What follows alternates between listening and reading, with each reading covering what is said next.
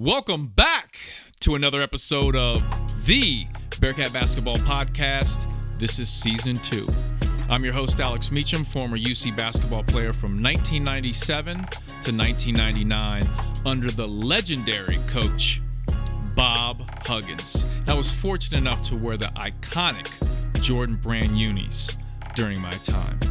Now, you can follow me on social media. I'm on Twitter and Instagram at Alex_Meacham. Meacham is spelled Meacham.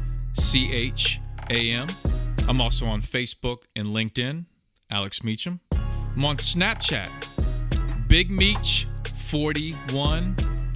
And now, I can officially say this. On Season 2, I am now on TikTok, at Alex Meacham 41. This is a special edition of the podcast, my interview series with a very special guest. Bearcat fans, I'm excited to welcome in this Bearcat legend. He was recruited to play football for UC and then played one season of basketball for the Bearcats. He was inducted into the UC Athletics Hall of Fame in 2010, and of course, he is a Super Bowl champion. I'd like to welcome in my guy, number 3, and also number 00. Should have been number 3 as well if it wasn't for Sean Myrick. We'll jump into that. I'd like to welcome in my guy, Brad Jackson. What up, Hollywood? Hey, how you doing, Meach? Thanks for having me. Good to catch up.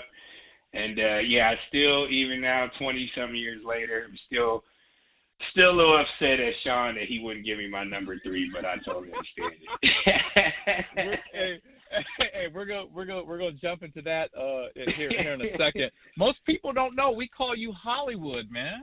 That's your nickname amongst our group, man. Hollywood. It was a nickname that was given, even though I had been born in Canton, Ohio.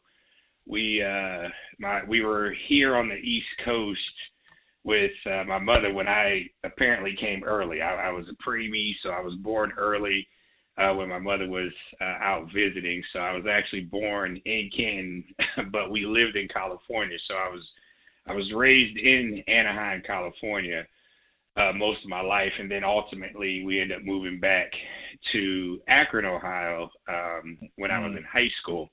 And then, so coming from California, it was one of those things that once I started playing football, which occurred my sophomore year in high school at Akron Firestone, it kind of became the nickname from my coach there, Coach Bob Black, who I still talk to and communicate with because I was playing soccer, and him and my other coach, Mark Fisher, actually saw me on the soccer field playing soccer and running, and they basically came over and took me off of the soccer pitch and said that you can make money doing this. And here I was, never played organized football, and so ultimately they basically were like, you're skinny, you're tall, you run well, can you catch? And I played all sports.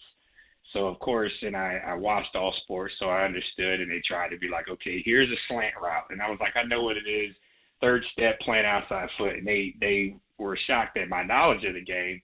And then, of course, they just put me out there, and I started making plays. And so then some of my teammates then were like, well, he's from California, like Hollywood, when the lights come on, I'm going to put on a show. So then it stuck with me all the way through to the pros, and then once I got to the pros, my coaches here in Baltimore kind of nicknamed me Playmaker because there was always, every time a play needed to be made, even though I played with tremendous athletes, tremendous talent, Hall of Famers.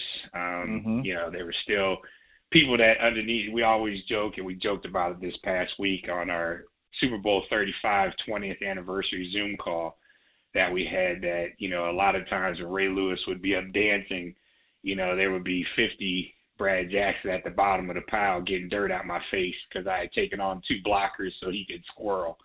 So the coaches, Jack Del Rio, who's now with the Redskins, Marvin Lewis, obviously, who's at Arizona State and was, with the Bengals for almost, 14, 16 years. have a close relationship with them, and Rex Ryan, who obviously was my defensive coordinator at the University of Cincinnati, and is now obviously with ESPN. We all were laughing and joking about that. Somebody had to be at the bottom of the pile making plays. So 52 could squirrel. So so that's how the nickname Hollywood started. And then you and Kenyon Martin, obviously the basketball court carried it over to the basketball team, which was always exciting. What's funny about that is, so a couple years back, obviously you came back, Kenyon came back for the opening of the new Fifth Third Arena, and the new unveiling, and we were all there, and I remember Kenyon seeing you from a distance, and he was like, Hollywood, right away. Right. Right away. Still, I mean, every time we text for the holidays, and obviously with Ken Jr., being in the NBA and all that, we all text about our kids' achievements. My daughter's at Georgia Tech playing softball. My youngest is at Georgia Tech playing softball. So looking forward to the season to start here, Lord willing, in the next couple of weeks. That they're playing in the South, so excited about that. ACC ball is always exciting, and Brad Jr., who's a little older, he's already at grad school at Stanford University, so obviously, he he didn't get my brains, but but he's doing extremely well in international business and policy out in Stanford. And then my oldest, I'm still trying to get her off the payroll, Callie, who I had when I was, in college which is another funny story I know we'll get into. And when I had her in 1996, obviously I was, going into my junior year at the University of Cincinnati, and being a father and a student athlete, and growing up single parent, it was, the love, the care, the mentoring of Bob Huggins and Rex Ryan that helped me through that time in my life as, a 20-year-old kid that's having a kid and not know what to do. So that's how that all, came about. And then, so she's here in Baltimore. Supposedly is holding down a house in Baltimore, but every time I come back north, it looks like, that's not the case. So, but house party 1 and 2. yeah, exactly. So it's 24, 21, and 20, and it's like I'm still trying to get the oldest off the payroll. So, so if anybody out there, help me. No, I'm joking. But, I've been extremely blessed. So so when I talk with Ken, every time he texts us or we catch up on the phone, his first thing he said, Hollywood. So. Hollywood. Which is always lights come on, got to put on a show. That's right. Tell everyone quickly what you're doing business wise. I know you have a lot of things going on. Yeah, business wise, I have several franchises for out in California, out in LA that do with a partner and a family member. Here in Baltimore, co-founded a extended out of warranty company almost 12, 14 years ago now. Didn't plan on having it that long. We hope to be bought by now, but thank the good Lord, it's still profitable, and they ain't coming to repossess computers and stuff yet. So about 90 employees, working at Car Checks. So that's dope. A couple other media ventures, and then obviously, NBC Sports and Comcast and Fox Sports.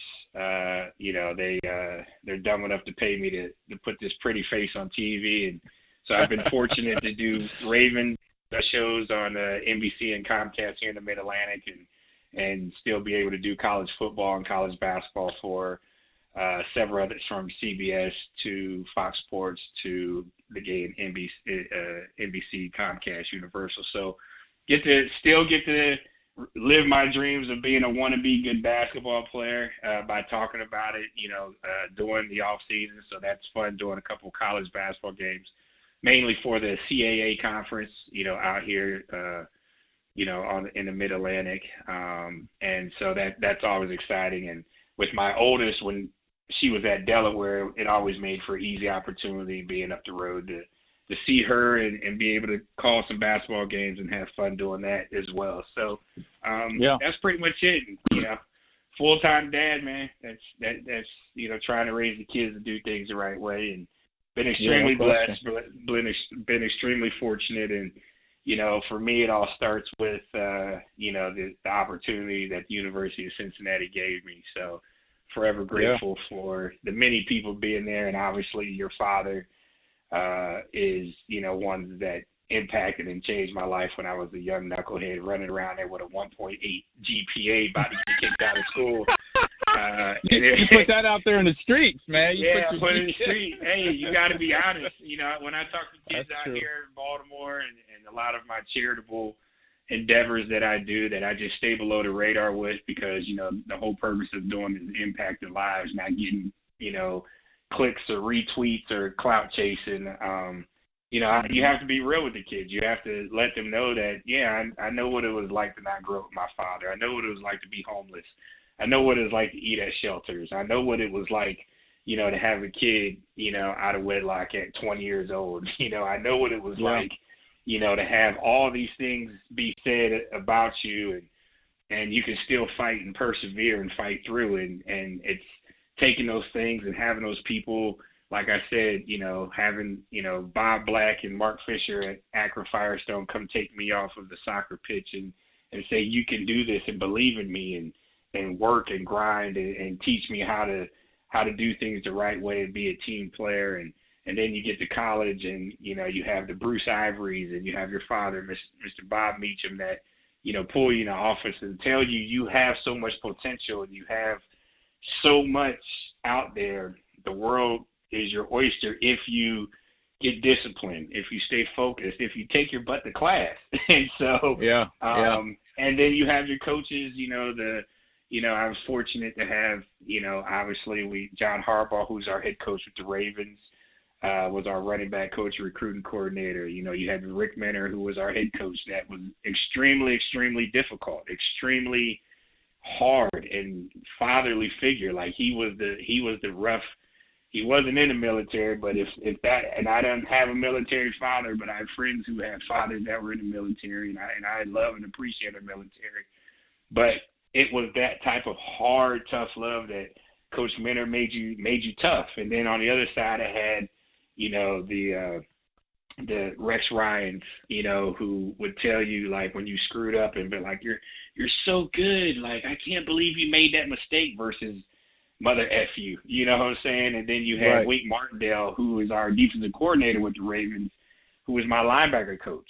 So, you know, and I still have close relationships with them, you know, as almost father figures and fathers, because I didn't have one. So, you know, it's those people like your father that takes you and get your butt together, stop being a knucklehead, you know what I'm saying? Take your butt to class, and minus the football, because here I am, you know, after a, you know, 6-year career in the NFL and a couple Super Bowls, won one, and was injured in Carolina, you know, the year Super Bowl 38. So I didn't play that Super Bowl, so I don't even really count that one because they didn't win it anyway. But, you know, here you are in life, which academics and learning things that were far more important and greater than the athletic stuff, obviously. So you have to be real. So it was that 1.8, and I tried to transfer. I mean, that's candidly, I tried to transfer, you know, when Coach Menner got there, and then I never sitting with Bruce Ivory and with your father, Mr. Meacham, and they were like, you can't go anywhere, boy. You got to have a 2.0 to transfer. So, You couldn't even do that. I couldn't even transfer. And then it was like, I'm miserable, and, you know, it's winter time, and, you know, like, you know, what was I doing? And I, you know, my mama was like, you can't go home. And, you know, I'm just, so, you know, it was those times that even when I wasn't allowed to play basketball because Coach Menner had got a job, Coach Huggins and I had talked about it before, which is one of the reasons why I had chosen Cincinnati, you know, coming out of high school. Hold that, because I do want to navigate through some of that stuff. So hold that for a second, because I want to make that part. And the funny thing is, Brad, one of the things I love about interviewing you, and nothing against, you know, the other former players, but I do a lot of homework prior to every interview. And I try to, make sure I have a script and, I kind of venture off sometimes. But with you, I literally have three things on my sheet of paper because I know you're going to be able to tell me the story. You're going to be able to I don't have to guide you. You already know. Right. That's what I love about interviewing you. Some guys I have to kind of guide them through. Oh, trust me, brother. But I know the same thing here. It's like pulling teeth when I do my interviews with some of the players up here with the Ravens. It's like, Lord Jesus, did you go to school? I literally have three notes of three things I just want to make sure I remember. Everything else I know we're going to good, the bad, and the ugly. That's the notes. The good, the bad, the ugly. That's true. Hey, before I forget, when your daughter was deciding on college, did she go on the recruiting visit to Gainesville? Did you run into my brother down there? Yes, I did run. Yep. Okay. We ended up running into Tone down there when Ari was looking at the University of Florida. But for her being a smart kid, and I think, honestly, everything isn't for everyone, as we all know in sports and in life. Yeah. And I think it was at that time Florida, Tim Walton, the coach down there for the softball program, had made them, a national powerhouse. Like every year it was win a national championship or fail. And so I think some of that may have been a little intimidating for her. She liked Florida, but it was, and I love Florida because of them winning, but for her, academics was the key. So when it came down to the Florida, she was, Florida State actually was her first offer. And I remember they ended up winning the national championship in her senior year in high school. And then, she was like, I asked her one day, I was like, do you think you made a mistake? Because she had already signed with Georgia Tech. And she was like, absolutely not. And that made me proud as a father because unfortunately for women's softball, yes, you have, one or two little leagues out there, that are continuing to grow. And I hope they continue to grow for the sport and for all the young ladies out there that want to play softball and live their dream. And hopefully one day it's big enough where people can make a living. But at this point in time, you can't make a living playing softball like you can in, the other four sports. Sure, so for her, it was everything for her was the best academic school with the best experience. And, and Georgia Tech answered, all those things of being in the ACC, playing Power 5 ball, being at a phenomenal university academically, the number 4, university in America, so it worked out perfect. It was, even though it's in the city, which she didn't want to go to school in the concrete jungle. For those that haven't been there, Georgia Tech, even though it's in Midtown Atlanta, once you're on campus, you don't even realize that, 75 is right on the backside of her softball stadium and the basketball arena.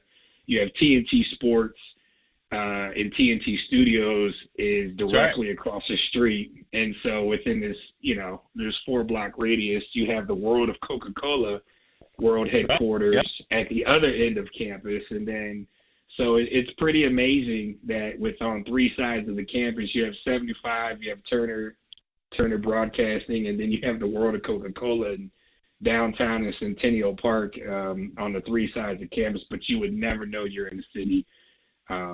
So she fell in love with it. It's a great city. Atlanta's a great city, man. Great city, yes. Yeah. And we this was a couple years ago. I was in LA and I was on Venice Beach and my phone rings and it was you. And I'm like, what's up, Hollywood? And you're like, you in LA? And I'm like, yeah. And you're like, I am too. And you're like, let's meet up. But we couldn't meet up because the distance I was from you, wherever you were, and I was in Venice, and you were going to a country concert that night. You remember that? Yes, I was going to see my boy, Who are you going country to see? music star, Toby Keith. Toby Keith. Toby Keith is... You were like, you want to go? I was like, I don't even know who that is, bro. Yeah, right. I remember I was like, you'll have the time of your life. Because I was down at our family house in Manhattan Beach, and you were up north of Venice, and obviously we know LA traffic, and I was like, hey, I'm going to a concert tonight. why don't you come to Toby Keith's concert? And I was, so that kind of prevented us from linking up because you were up there in Venice Beach getting your beach body workout on, and I was over there on Manhattan Beach getting my drink body worked out. Yeah, you were. You were lifting weights, and I was lifting drinks. So that's too funny. But you know what? That is very accurate. Yeah. So it was.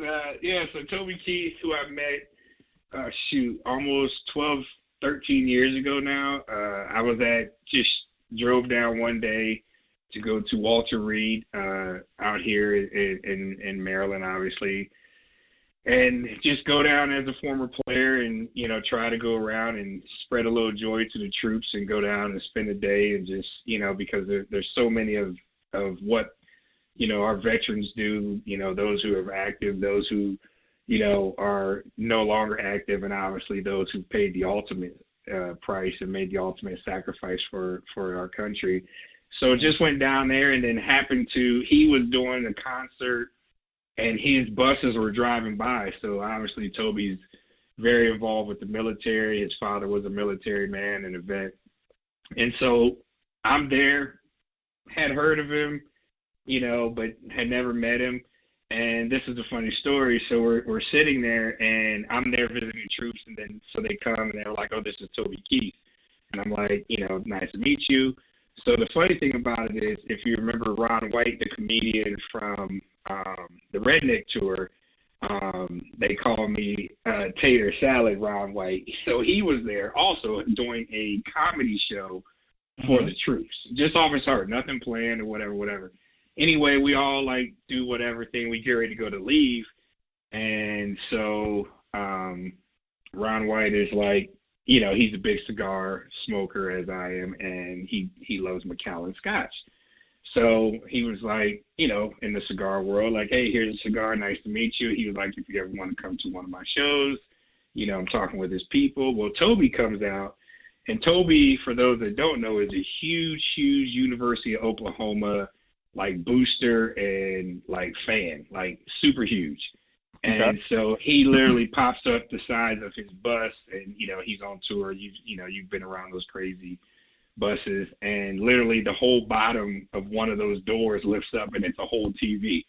So Toby pulls out his favorite, which is Jack Daniels, and literally here's Toby Keith and Ron White and Brad Jackson, and we sitting there and start watching, an Oklahoma football game on a Saturday evening in the parking lot at Walter Reed. And then all of a sudden a whole bunch of other troops came out, and before you know it, we're sitting around having cigars, drinking drinks, and fellowshipping and hanging with, a bunch of our veterans, who were recovering at Walter Reed. And then the friendship grew from there. They invited me to the concert, and then, me and my personality, you know how I am. If you're loyal to me, I'm loyal to you, and if you're good to me, I'm good to you. And both of those men have been great, and good friends throughout the years. And it's just always funny because I'm a black dude that goes to country concerts, and and I'll be on stage with Toby, and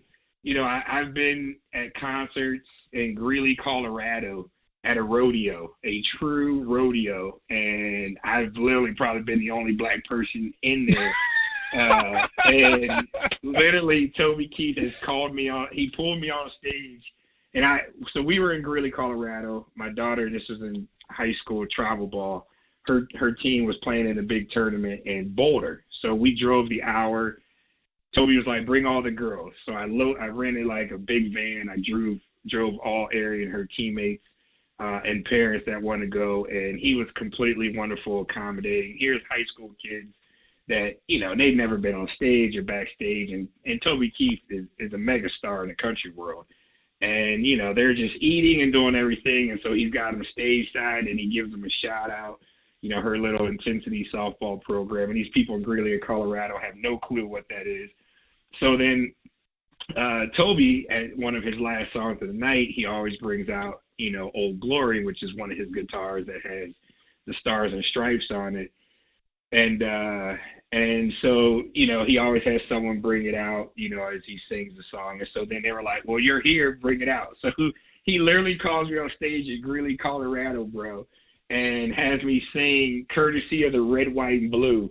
Here I am, been in Super Bowls, and I had never been more nervous than being on a stage at a concert of about 15,000 people singing courtesy of the Red, White, and Blue with Toby Keith. And I can't sing. So luckily he did all the singing, and then he was just like, so he made me stay out there. He was like, you're not leaving me out here. And then he was just like, you know the song.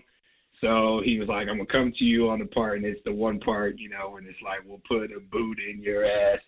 It's the American way. And Uncle Sam dropped your name at the top of his list, and then the rest of the singers came on. And so it was a great thrill. And but that's how my friendship with Toby started, and it still continues to this very day with him sending jokes and stuff, and being close with Crystal, his daughter, and he's got the grandbabies now, and Miss Toby, cool. I call her. So yeah, been another fortunate thing that occurred just by doing good with going to hang with some troops down at Walter Reed and meet a couple guys that become really good friends.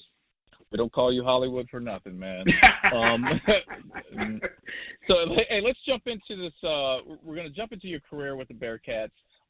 First, one thing I like to do with all former players that come on the podcast, I like to talk about their jersey number selection and how they kind of went about that process. Obviously, you had two different numbers, one with football, one with basketball, and I kind of alluded to that earlier that you wore 00 with basketball, but that was a result of one of our teammates. But let's first jump into number 3. You wore that for football. Why number 3?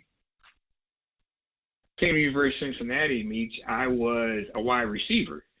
So the thing about it, you had to earn the right to wear a single digit. So when I signed my letter of intent, we all know coaches lie. So the thing about me coming to University of Cincinnati, I had verbally committed to Notre Dame. And then when I went on my visit, like Coach Holtz was like, you can't wait to play basketball till your sophomore year. So I kind of knew that was a lie.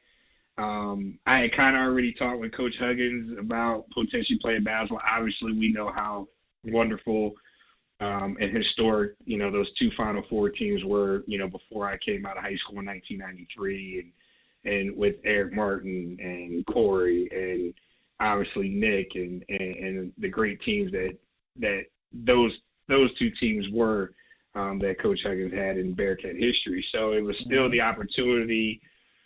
So when I went on my visit to Cincinnati, which was actually my last visit, because I had Michigan State, Notre Dame, Iowa, and Cincy were like my 5 visits. And so when I went to Cincy, it wasn't that cold. So they were kind of like, nah, it doesn't get, too cold. And, went on my visit in January. So I'm like, all right, even though, I'd spent like a couple years back in Akron, I still was a warm weather kid. And so I was just like, all right, it's not that bad. And I went on my visit to Michigan State, and I really loved Michigan State because I had a high school teammate that many people from your podcast may remember, named Quentin Brooks, who went to Michigan State and was Big Ten Freshman of the Year for basketball. Mm-hmm. So my number in high school had been the same thing. I was 3 or 9. So I was 3 in basketball and 9 in football. And because we didn't have a number 3 in football, which was the funniest thing. Like, the football program was what it was, even though, we were a pretty rich high school at Firestone. We never had a number 3 jersey for some reason. Wow. I have no idea why. So I ended up having to wear 3 times 3 was 9. And then in basketball, I wore 3. So it worked out great. And then so when I went to come, fast forward to me deciding to come to Cincinnati, it took me to the boathouse. I fell in love. That was my first meal on Friday night. Obviously the basketball team, Coach Hugs was Hugs. It was like, yeah, you can play. Coach Tim Murphy, who was the coach my freshman year, was like, yeah, you can play basketball. I don't care. Whatever, long as it doesn't interfere with football. So here I was, and they were like, you can play wide receiver, versus every other school was like, you're going to be a DB. Well, I had never hit anybody in my life. I had never tackled anybody in my life. Like, I was a guy that scored touchdowns at wide receiver. and I wasn't the diva like these wide receivers, but I like to take my helmet off and showboat. I was Hollywood. I want to score touchdowns, and the lights were on. I'm Hollywood. I don't want to hit anybody. Defensive players, we don't get any highlights, on TV. It's always the offensive players. But when I came to Cincinnati, Coach Murph was awesome. Obviously, love Coach Huggs. Obviously, 2 Final Four teams, them saying you'd have the ability to come out on the basketball team. And they said you get to wear your number. And so ultimately, I get there, and that's kind of what it was. But they failed to tell me, or I failed to do my research, that the person that was wearing number 3 when my freshman year was actually a fifth-year senior, Dave Small, who's a top 3, top 5 running back in Cincinnati history. So I had to wait a year to wear number 3. So ultimately, me being a wide receiver, I was able to wear number 3. And then when Coach Minner, who actually got the job from Notre Dame, he was the defensive coordinator at Notre Dame when they were recruiting me. And his whole fantasy was to have a 6'2", tall, skinny kid that can grow into be a great safety and hit people, which I had wanted nothing to do with. And then once I got to Cincinnati, like I said, the Boathouse, the Montgomery Inn, the Grader's Ice Cream, Coach Huggs, Coach Murph, you get to play wide receiver, you get your jersey number. And, as you and I both know, the final kick of the straw was when I walked into the basketball locker room and we're Team Jordan. Are you serious? You're going to tell an 18-year-old kid that's poor he's going to have all the Jordan gear and swag and shoes that he can handle, and I'm going to be able to play basketball for a team. And, even if I'm sitting on the bench for a team that just went to 2 Final Fours, it's a wrap. I never forget. I go to Cincinnati. I come home. I tell my high school coach I'm wearing all the Cincinnati gear or whatever. I'm like, I'm going to be a Bearcat. And I never forget. I won't say which coach it was, but he was not very happy with me and kind of lifted me up off of my feet in the hallway of Akron Firestone against the lockers that I was ruining my life by going to the University of Cincinnati versus, one of the Big Ten schools, or obviously Notre Dame. So my mother was extremely angry. Fast forward, my mother didn't even come to a game at the University of Cincinnati until my junior year. So wow. That's how angry she was, even after a great sophomore year where I was third team All-American in the Sporting News and first team All-Conference and, finished, I think, second or third in conference defensive player of the year as a 185-pound linebacker. It wasn't until my junior year that my mother finally got over the fact that I came to Cincinnati and started coming to games. Wow, that's crazy. So okay, let's jump into the 00. And we'll get into the details of you playing basketball and how all that occurred. But you wearing 00, that was a result of Sean Myrick, correct? Sean Myrick, who wore number 3, and had just got this since he would not. That was his number. So I went to him. And of course, this is college. This isn't the NFL. This isn't pros where if somebody's got your number, you can come in and maybe give them, $5, $10, $20, $50,000, maybe buy them a Rolex. Those things happen in pro sports where someone has your number and you can kind of come in and be like, hey, that's my number. What's it going to cost me? You know what I'm saying? And that's generally what it is. And so, and that's how it happens. So it was either, well, wait a minute, I can't be 3, which was the only number, and I'm not superstitious, but as athletes, we like routine. Some people call it superstition. I call it routine. There's a certain way things have to be done that I just feel comfortable with. And so Sean, and I think I should probably send him bills from my therapist because I'm still in counseling the fact that he wouldn't give me number 3. So I ended up going with 00 because I went to go with 0 and they wouldn't allow it. And so I was like, I guess NCAA or whatever the case was, I wasn't allowed to wear a single digit 0. So the only way they could let me do it was if I wore 00. So Coach Huggs brought it up. And, obviously, Coach Mick Crow was there, and obviously Coach Coach Harrison, and so I remember Coach Harrison was like, "You're gonna look like an idiot out there wearing 00." And I was like, "Well, the thing is all I got to do is average more points than 00, and it's a win." And I think I averaged 1 point. I think I averaged 1 point a game. So, so for me, it was a success that it didn't put pressure on me to try to average, and I wasn't going to wear a double digit. I didn't wear a double digit in football. I wasn't going to wear a double digit in basketball. I always hated that. So 00 became, it just was something that Coach Hugs kind of had brought up. And when I couldn't wear 0 as a single digit, and he was like, "Well, why don't you wear 00?" And it's just one of those things that stuck. I was like, heck yeah, because there will probably never be another 00 in the history of the University of Cincinnati basketball, which would be fun. So that's kind of cool too. But now watch, some kid that listen, one of these kids you're coaching that are studs that's going to come along and it's going to be like some 6'5", 6'10" kid that's a stud that decides to wear 00 and turns out to be a great basketball player. Still off my thunder. Well, you know what's so funny is I always, for whatever reason, I always forget, even though we were teammates, Brad, I always forget that you wore 00. I always figured like he wore 50 because obviously you wore that with the Ravens. I'm like, he wore 50, right? And for some reason that just sticks in my mind. But the funny thing is I was interviewing Art Long, who played for the Bearcats, and Art Long wore 00. And during our interview with Art Long, I said, "Man, you might be the most famous guy to ever wear 00. You might be the only guy that I can remember that wore 00." And he goes, "No, the mascot actually wore 00." So he goes, both he did and the mascot. And then some fans listened to it on Twitter and then quickly on Twitter corrected me that Brad Jackson, in fact, wore 00. That was a while back, and I was like, "Oh my God." I forgot Art did. So that means Art would be number 1, and I'm going to selfishly put myself above the mascot as the second greatest character. The word 00. I hope so. I hope you put yourself. But I will say this: Art Long is not in the UC Athletic Hall of Fame. You are.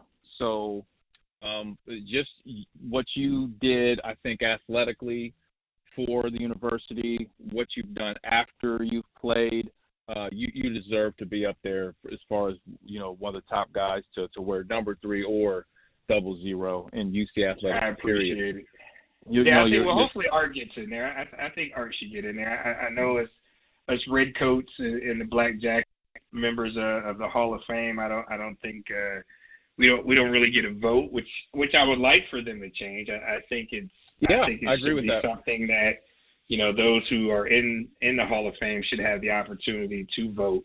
I think that's pretty cool. That would be pretty cool. But yeah, I think Art deservingly so. As long as they can put him in and they can blur out like his jersey, like just put his head. That way, no one knows that he's the only. No one knows he's the only other 00. He's the first 00 in.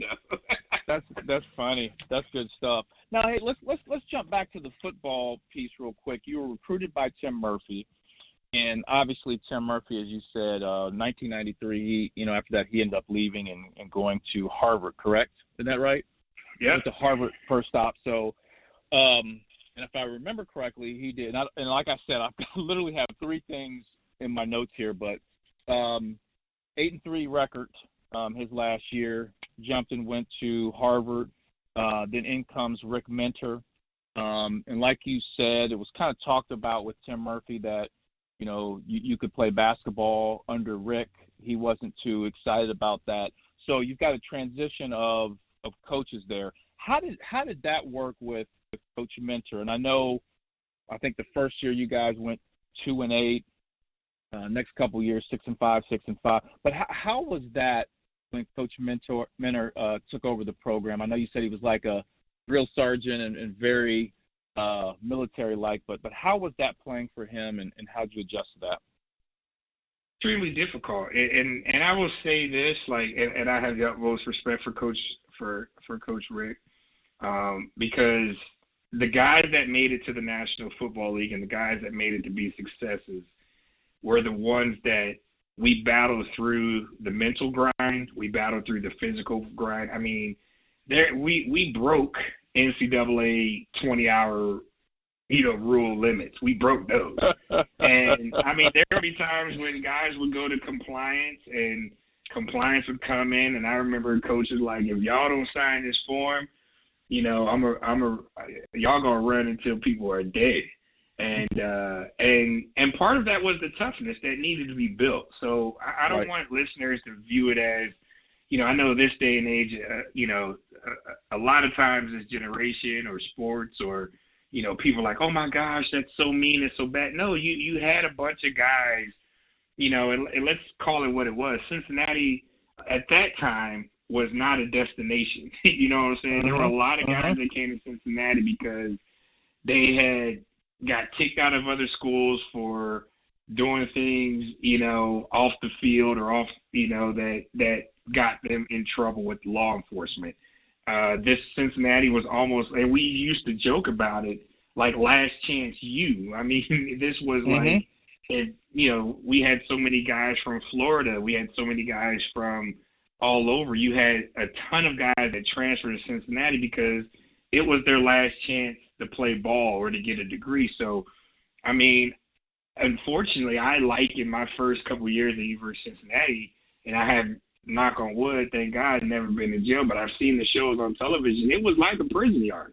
I mean, you literally at times had to fight, for respect and fight for your right. And that didn't mean like always physical, but on the football field and competing in the weight room, you were constantly being challenged. And Coach Minter had to bring discipline, and he came from Notre Dame. So he was used to having guys that were creme de la creme academics, that were, top, 50 or 100 in the country at every position.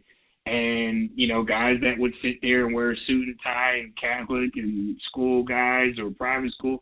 Like, they didn't have any animals at Notre Dame. That's why Notre Dame ain't won a championship.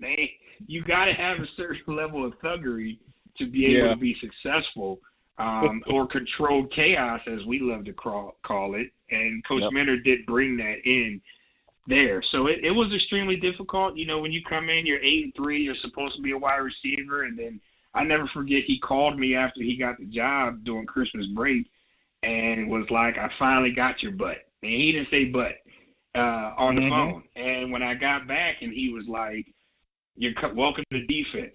Because I had just went to Notre Dame the year prior, and that's when I found out on my visit that, I'm going to be moved to the defense in the secondary. And I was like, heck no, I'm not doing that. And he gets the job. I mean, how unfortunate and then fortunate it turned out for me at the time, because unfortunately at the time I'm like, I'm going to defense, but fortunate that that's what allowed me to change, several generations of my life and my family's life by becoming professional and getting drafted and having the ability to make a lot of money playing a game.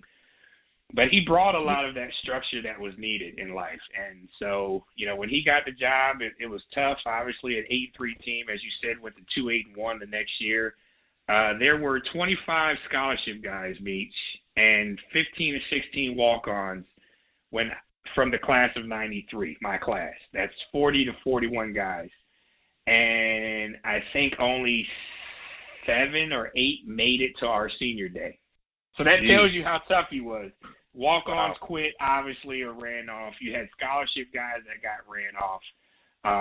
And I never forget on our senior day, and again, this isn't, a down mark on Coach Rick, because I have the utmost admiration and respect for him because he helped shape me into being the disciplined man that I am, along with other coaches, but and toughness that he just instilled, because I would have a game, for example, we played Boston College on ESPN a Thursday night, which was basically the Monday night of college football. I have 23 tackles. I'm playing lights out, and we go to Boston College and we beat Hasselbeck and ESPN, and we went on the road against a ranked team, and literally, and we're all celebrating, and I never forget, Coach would be like, he was the type of guy to be like, yeah, we won, but you missed 2 tackles. You could have had 25 tackles. So at the time, you could look at it mentally weak and be like, what a jerk. Like, I just balled out, we just won.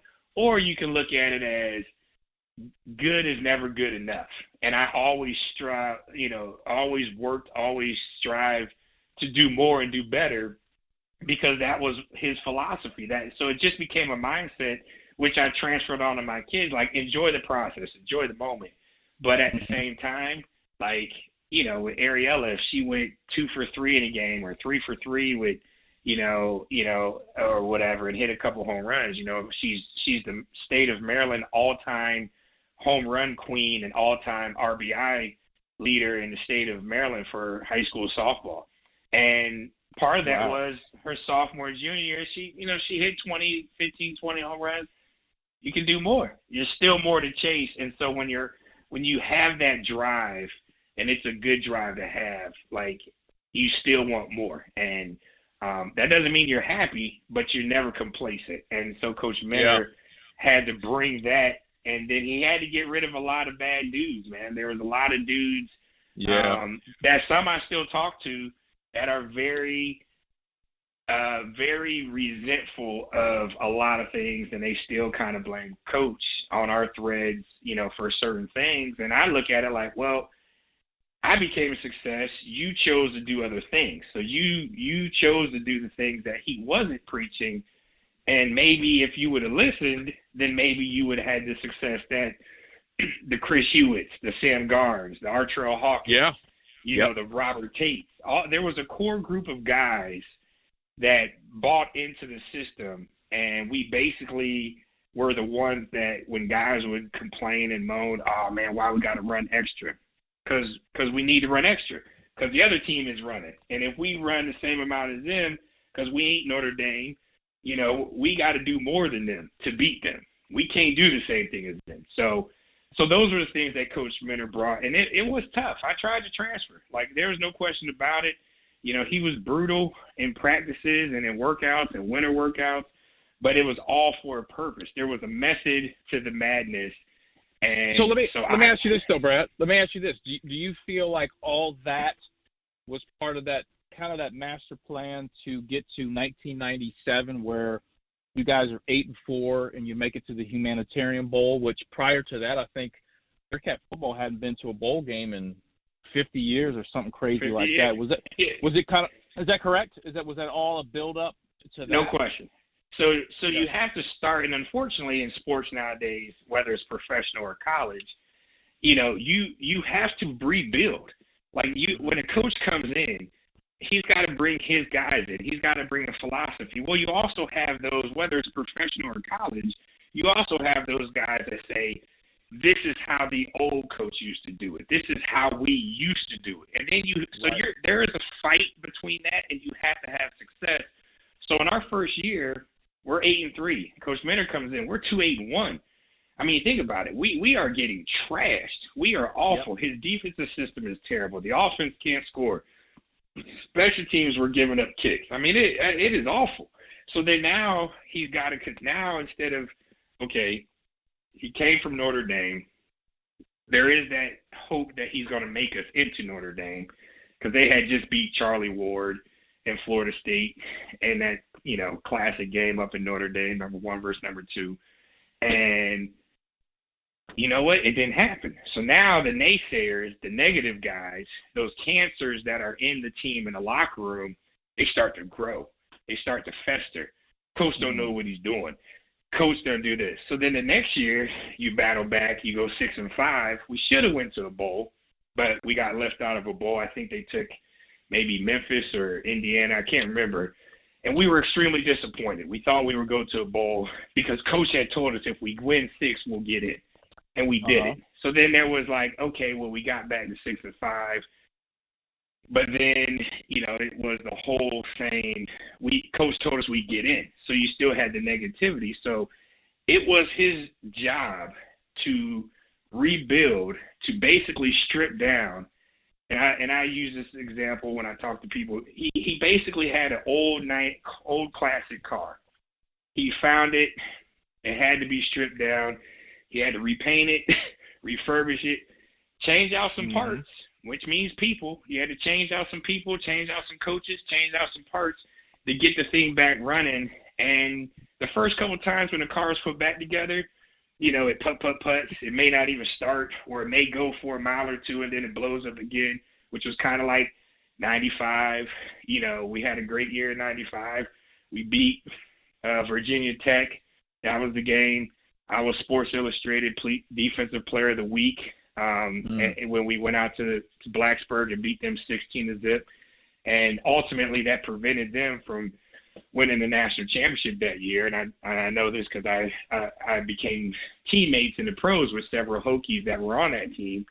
And but we had that big win. And then we beat Kansas, and we had a chance to beat Kansas State until the last second, Hail Mary from Chad Maid and Kevin Lockett. So, all that being said, those signs that we were playing against Power 5 programs and winning, and then ultimately almost winning, but then we would have those letdowns. So, yes, it was all part of coach's plan to make us mentally and physically tougher, transform guys that were used to being losers, and get them to think like winners and act like winners. So it was all his master plan that ultimately came together in 1997, as you said, when we were able to, almost put Cincinnati back on the map, because then it became cool for other kids that would be like,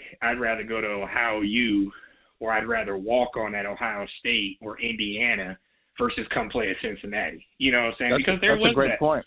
That's a there great were point. Those guys. I know absolutely.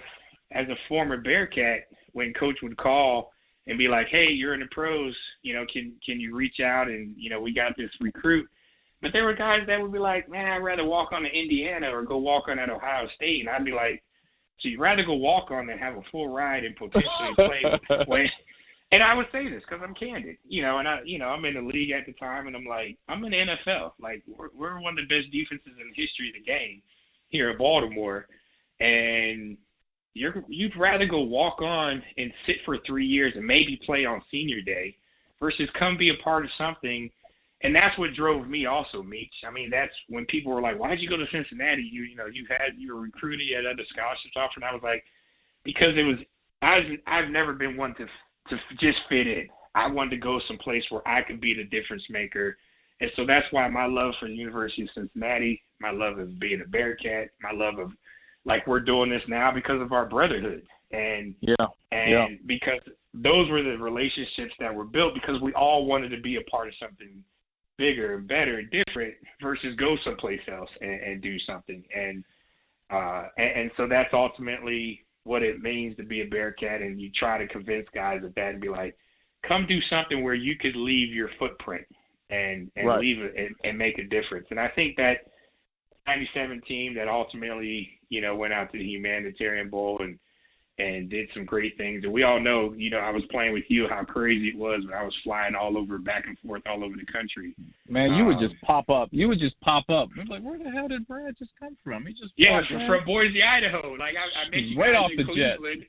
Straight off the jet. Met you guys in Cleveland for the Rock and Roll Shootout Classic against UMass and Buster Flint's team, and that you remember that team was pretty good at the time, and they had Larry Kettner he went to the league, and they had Big Tyrone Weeks at the forward. I never forget, I'm 6'2", and Hugs is like, you got to go bang with it, because if you remember, which I know you do, that we had 3-4 guys suspended because that's when Rue and everybody was suspended, and we had 6 guys. We had 5 or 6 guys, and we ultimately.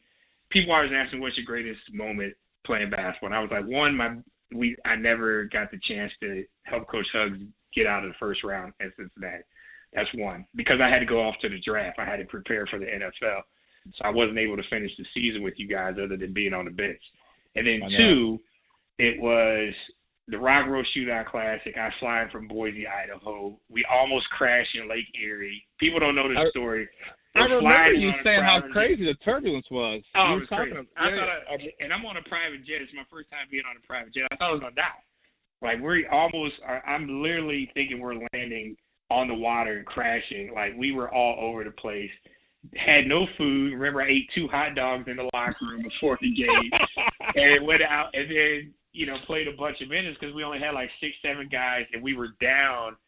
And Mick Cronin always talks about it. He's had me talk about it with some of his teams of the past. We were down, 6 or 7 points in under a minute, and he was like, I never forget. You were like, I didn't fly all the way across this effing country to lose this game. And then we ultimately we end up scoring, forced overtime, and then ultimately we end up winning. And that to me, that's my greatest thrill of being on the court as a Bearcat hooper, that we undermanned, undersized, went out there, fought a very good team and won.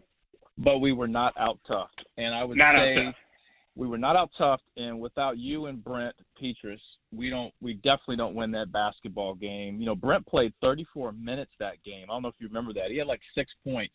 Yeah, I remember because he was happy to be back home. He's from Elyria, so he had half of Elyria, the E-town, as Pete would always call it, was at that game.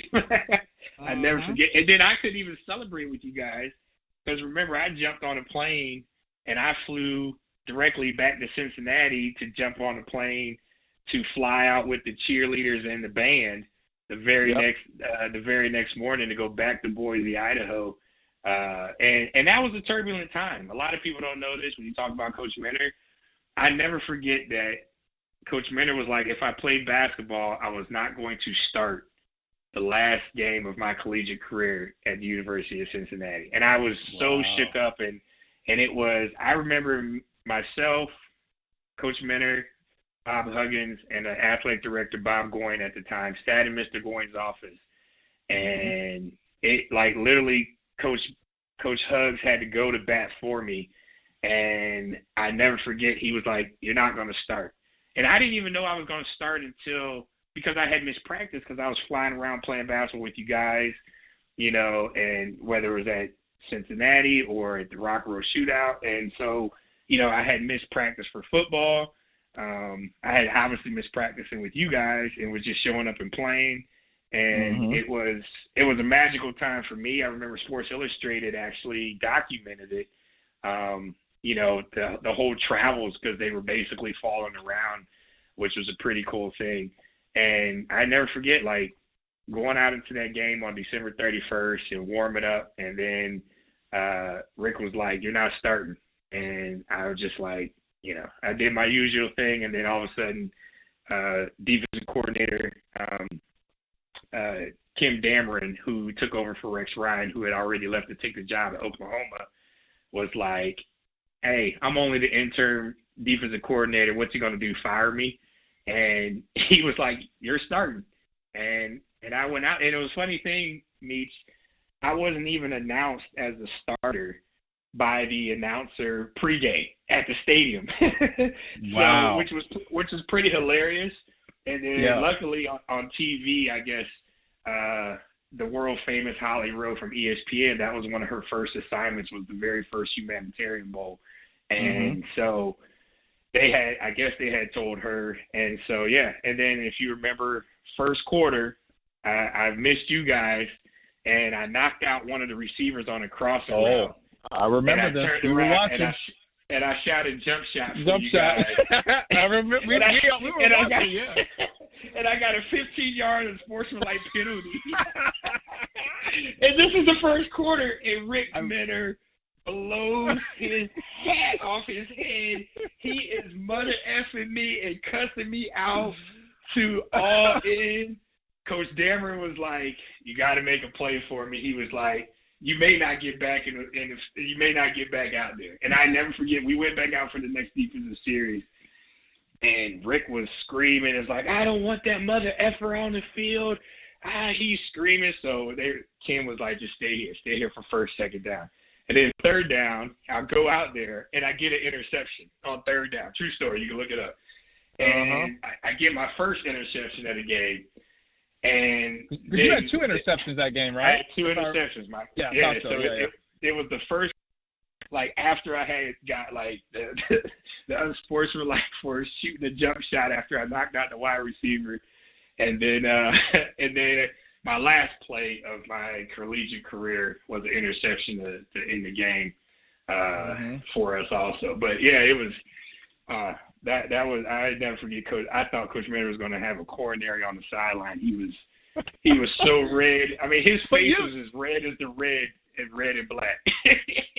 But you told us, though, I remember you telling us, I don't know if you told our whole team or if it was just me and a couple folks that you were going to shoot a jump shot. And that, yeah, you say, that, and that was you. That was part of it.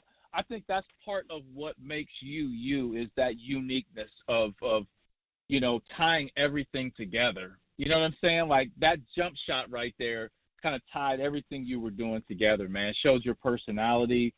And one thing I want to ask you, this question. Do you think if you look back at that 1997 Humanitarian Bowl win versus Utah State, I think not only was it a landmark victory for UC football and it helped propel it, like you said, with recruiting and all that stuff, but if you look at with the totality of everything, you flying back and forth with football, you guys winning that game, do you think that that's one of just that Humanitarian Bowl win and what you had to endure? Do you think that's one of your greatest sports achievements? No question, without question. Wow. I mean, the excitement, and like I said, I've been to 2 bowls. I've won a bowl, recovered a fumble in Super Bowl 35. Played on the greatest defense to ever walk the earth in the NFL. But there is no question that my personal most gratifying, my personal most satisfactory athletic moment and achievement is to play football and basketball at the same time. Live my dream. That was my dream. That was my ultimate goal of the reason of coming to Cincinnati, because Bob Huggins had told me I could do it, and then it was blocked for a couple years. And then my senior year, and you got to remember, this is my senior year. My future professionally is on the line while I'm playing basketball. God forbid you turn an ankle, tear a knee, any of the things that could have happened. And I had all those things said to me, like over and over and over and over again. And unfortunately, it was only until NFL scouts and teams were like, we don't know if he's serious about football because I'm still playing basketball. And I never forget, I cried in Coach Huggins' office when he was like, I can't let you play anymore. And I was like, no, this is what I wanted to do. Like the NFL is the NFL, but this is what I came to the University of Cincinnati to do, was to play football, play basketball, and see whatever happened. And I took us to a bowl game. Like, I want to get you to a Final Four. I remember crying in his office with him, and he was like, I can't let you do it. And I argued and fought with him, and with Coach Crow and Coach Harrison sitting in there, and he was just like, I can't do it because I won't be able to live with myself if, God forbid, something happens to you and you can't take care of your daughter. You can't take, you know what I'm saying? And I was just like, he was like, that's what's most important. So here's a man, Coach Hugg, that, again, I'm averaging 1 point a game, but I'm still a body. I'm still a guy that was rebounding and playing defense and doing all the little things.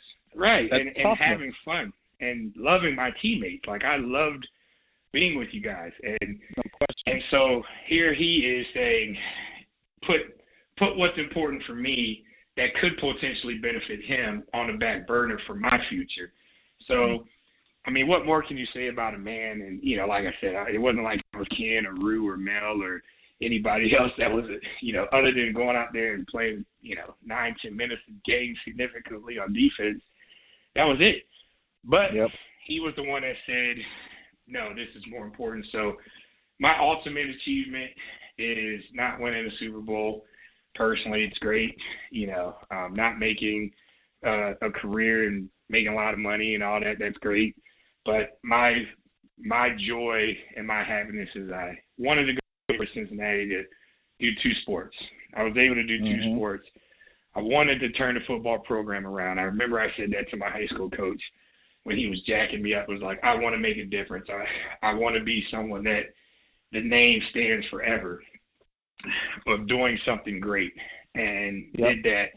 and then ultimately being able to, and like I said, I think about it every day, and that's not just hyperbole or like there is not a day that I don't think about if I could have played.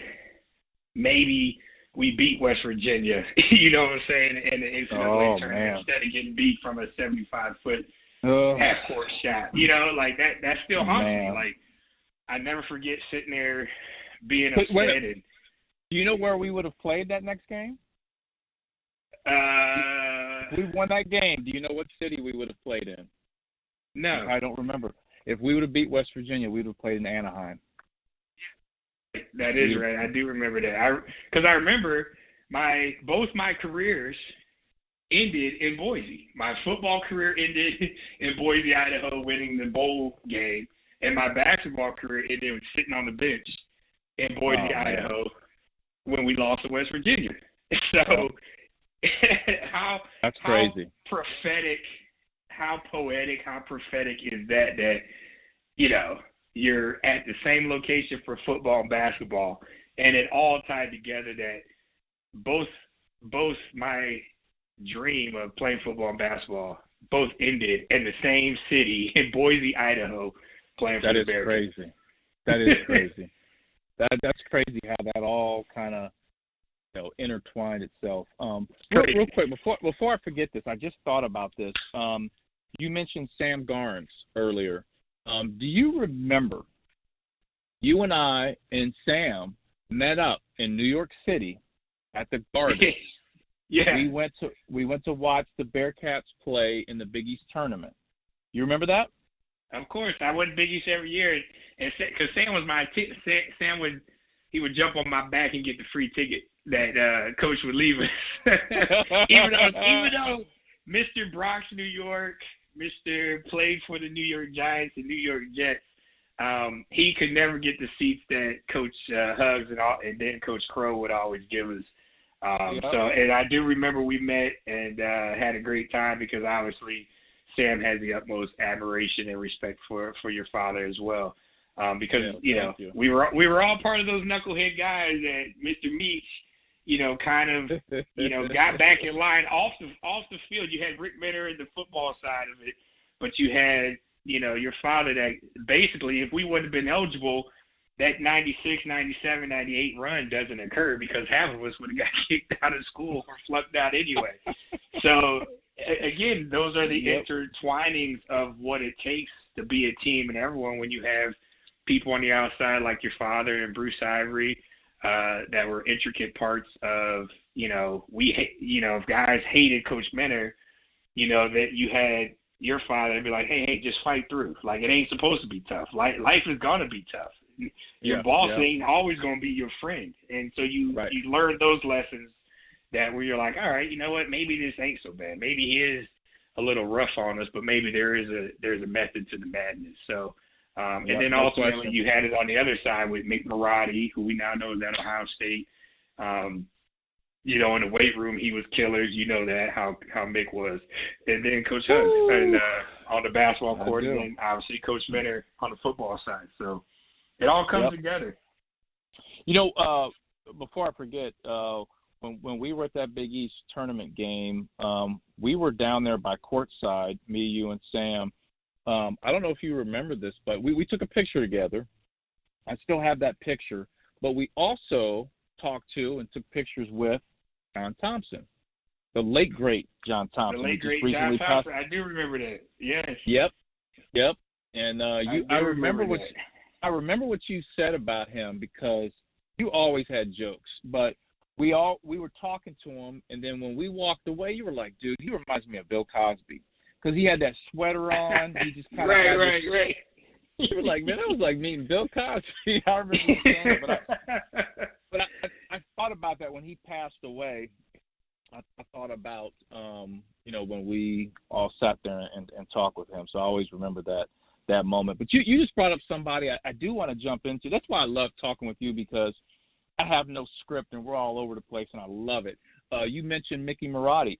So I think you and I have a parallel story in that, if you look at the transformation of your body from when you started at UC to when you left UC, I mean, it was a complete transformation. And, a lot of credit goes to Mickey Marotti. All the credit goes, as we used to call it. It all goes to it. Body by Marotti. That's what it was. Body by Marotti. It was Body by Marotti. But you look at what Mick has done, and again, he's another guy that I still talk to, and I still call him G, because for those that don't know, Mick was about 5'5", but he walked around like he was 7'2", and like I have never been afraid of a man in my life as I was of Mick Marotti. And I remember when I was a knucklehead, it was your father that got me on track academically, and and I remember. Like, I was like, I didn't want to play anymore. And so, like, and I wasn't playing. And I wanted to transfer, and I couldn't transfer. And I just remember Mick would just be like, just get out of here, and he would just, he would call me a slap dick. And he found ways to challenge me, as you know, from us being friends. And like, when you tell me I can't do something, like, that's when I want to do it. So when Rick Minner moved me from wide receiver to safety, and that first spring, our 281 year, I just kept getting beat on purpose, because I figured he realized I couldn't cover and would move me back to offense. So what Rick Minner ultimately did, he called me in his office and was like, I'm going to run your ASS out of here, and you can go home and do whatever you need to do, but I'm going to run you out of here. And literally, I never forget sitting in his office, and something just clicked inside of me. And I was just like, you're not going to run me out of here. If I get kicked out of here, it's going to be because of my own doing. And I never forget, I got out of his office, and I was so angry, and I was so pissed. And I went down, and I went to Mick, and Mick was like, nah, you're an idiot. You're a slap. I don't, you just – and I was like, let me work out with that first 6 a.m. group of all the good players, of the Sam Garns and Chris Hewitts and – those guys that were, and he was like, no. And I begged Mick for a couple weeks, and then finally he was like, you got one shot.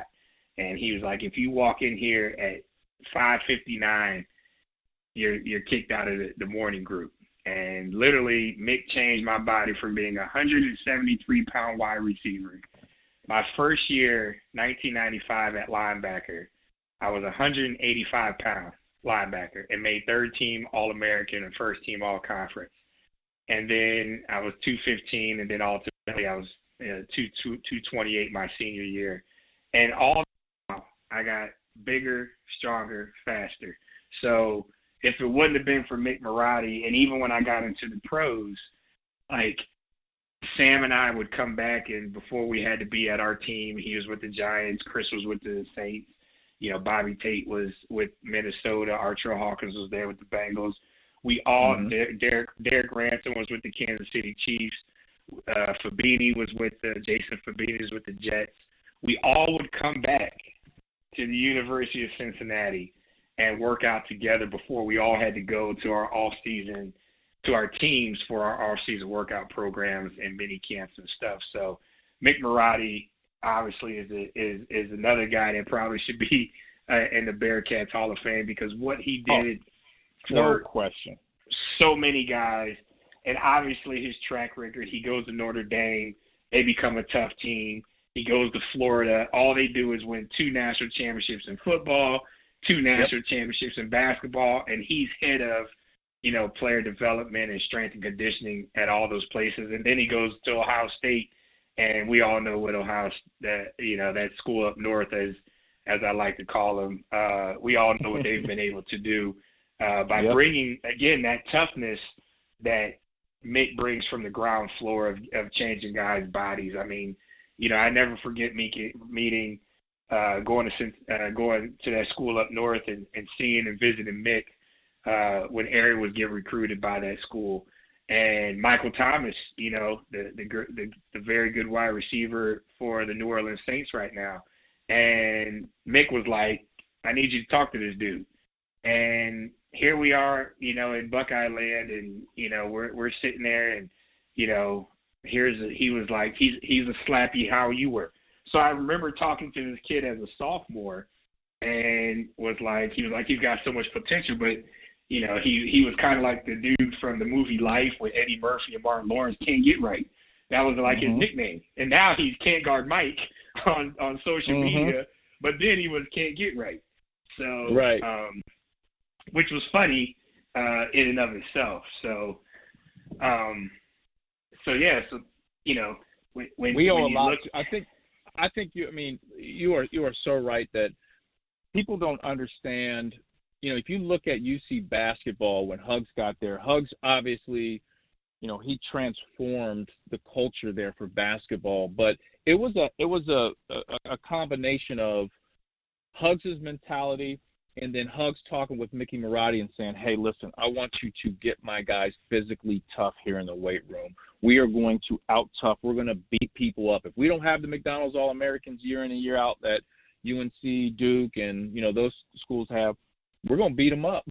And speaking of beat them up, you tackled a guy in a game, which for some reason you are so well known for that. If I bring up your name, they bring up the fact you tackled a guy in a game for basketball. I always find that's funny. Let's talk about that moment real quick. Well, if you may recall, I forget who it was we were playing, but it was one of those games, and we had won several games in a row, and they were kind of getting a little chippy. And I recall it was a hard foul. I think it was on Melvin when he went up, or it may have been on Ruben. But I remember it was an extremely, extremely hard foul. Words were kind of exchanged, and it's a great moment because I never forget that I just got up and I was so angry. I remember Rue and Mel were up in the air and they were going for a dunk or something happened. And it was a bad foul, and they were kind of like talking, and I never forget. I remember who the guy was that did it. And then so, ironically, Hugs just gave me a look, and I knew it was like, all right, if I get the chance, he had taught me, and I wasn't just an idiot to make it as obvious as it turned out to be. But there just so happened that there was a ball that was being loose, and I never went for the ball, and I literally ran full tilt. And obviously playing football, I wasn't afraid to hit the ground. I wasn't afraid to take charges. I wasn't afraid to set picks. And so when the ball was going loose for the guy and he kind of was like, went to pull up, I ran full speed through him. If you remember, knocked him over their bench. All the chairs exploded. And I never forget, like, the referee came, and I think I may have gotten a technical for it. I'm not sure. But I remember that Hugs just smiled and turned his back and walked away, and I remember. Oh, Hugs loved it. Oh, and I remember the arena erupted, and that's all I remember was like, okay, like this is, I may have only been here with these guys for this year, but these are my brothers when I'm out here on this hard court. No different if they would have been, on the turf down in Nippert Stadium. So, that. A lot of people do recall that when we went back for the grand opening of the new arena. There were some people there that I probably had maybe a half a dozen people, if not more. It was like, I remember when you tackled the guy right over there. I was sitting, and there was a guy that was like, I was sitting in the third row, and him all the way to the first little barrier, for the seats in the first row, and I was like, hey, listen, he shouldn't have been trying to hurt one of my boys. That's all I know. That's all I knew. That's one of the many reasons why we loved you, man. Another thing you did, which, I'm involved in youth basketball right now and big on the AAU circuit. One of the things that a lot of kids do now is they either wear short shorts when they play basketball or they tuck their shorts into their compression shorts, which, if you go back to the video footage, Brad Jackson tucked his game shorts into his compression shorts in the front. Remember that? Yeah. Why did you do that? Reason, because I was only 6'2", and I think they gave me kids basketball shorts. I never knew that. I always wondered why. I thought you were showing off your thighs. Like, I didn't know what. Hey, listen. As a handsome dude, I was never one not to give the ladies what they wanted on the basketball court. But I would always be like, I think they did it on purpose. Like, they would give me, like, Ken shorts. So Ken was 6'10". So if I had my shorts, they'd be down past my knees. I would look like Little Roscoe from Martin Lawrence, the little snot-nosed character. So I would tuck them up inside my compression shorts. Oh man, I remember because that. my shorts were too long. I remember that, man. That was so funny. Oh man, that was good stuff. Do you still follow UC football and UC basketball today? Yes, I do. I was very active, as you know, under Coach Crow. I went to every game here. Ironically, the last couple of years, if you go back and look it up, before Coach Mick left to go to UCLA, the Bearcats played at Temple every year around my birthday. So that became around January 11th. So either the first couple weeks of January. So that became a tradition that I would go to Philly and see the Bearcats. I didn't miss any conference tournaments. Like you said, we would go to the Big East. I was so disappointed when the Bearcats left the Big East. Yeah. Because that was the highlight of my year of going to New York and hanging out there and just watching basketball all day. And then obviously we had some outstanding games to be a part of. And then catching up with guys like Connor Barwin, who came after me as the second football player to play basketball. So that was always exciting to catch up with CB. And so I went to a lot of games. I traveled with basketball, not so much for football because I was busy doing, my media stuff here as well. So that was like my Bearcat fix. But I followed along social media and obviously been a part of a lot of things there. I wish they would do a better job. There's this kind of void, and I've talked about this with people inside the athletic department, of anything prior to the Brian Kelly years didn't exist. And I'd love to remind people that, for the first time in 50 years, Bearcat fans got a chance to go to a bowl, and we won the bowl. And that kind of sprung the program into them getting financial things to help improve facilities, them getting better recruits. It made it cool and popular for kids in South, West Ohio and in Ohio in general to stay home and go to the Bearcats, which helped the program win games. So there's a lot of benefits of what happened from that 97, 98 team. And, and I just wish that, they would find more ways to say thank you to a lot of guys. I've been fortunate to be in the Hall of Fame. But there's some other guys that probably deserve to be in the Ring of Honor that aren't there. There's a bunch of guys, and no disrespect to their careers, that are in the Ring of Honor that maybe didn't make it to the next level and didn't have the careers at the next level. So I wish that the program would find ways of doing more with that. I mean, what? Let me stop you real quick, because I think you make a great point in that you can look at a parallel with that. And I agree with you 100%. If you look at basketball with Coach Huggins, you look at the success and the run that Coach Huggins had here. You look at the success the basketball program is having just in general in 2021, just as a program. A lot of that ties back to that first team that Coach Huggins had. They were kind of like that foundation, right. To help get them to that next level. I liken the football team's success right now in 2021, recruiting, winless, or the season they had this year, the bowl game. You could tie that back to, what you guys built leading up to 1997. No like question. That was kind of the start of where we are today. Do you agree with that? No question. It's the cornerstone. And in every foundation of every building and in every program, there's a cornerstone. And you can look back, whether it was the North Carolinas, and you look back and I know they were pretty good, but once they got Michael Jordan, that made North Carolina get to that next level.